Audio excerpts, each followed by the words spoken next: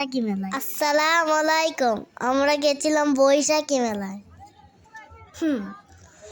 এখানে আমরা অনেক ঘর সাজানোর জিনিস দেখলাম, আবার অনেক জিনিস দেখলাম, অনেক দোকান আছে, আর চাইলে আপনারাও আসতে পারেন।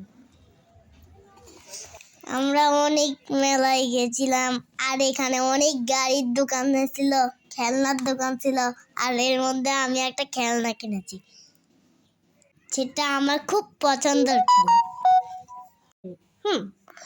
এখানে অনেক লেডিসদের জুয়েলারির দোকান ছিল।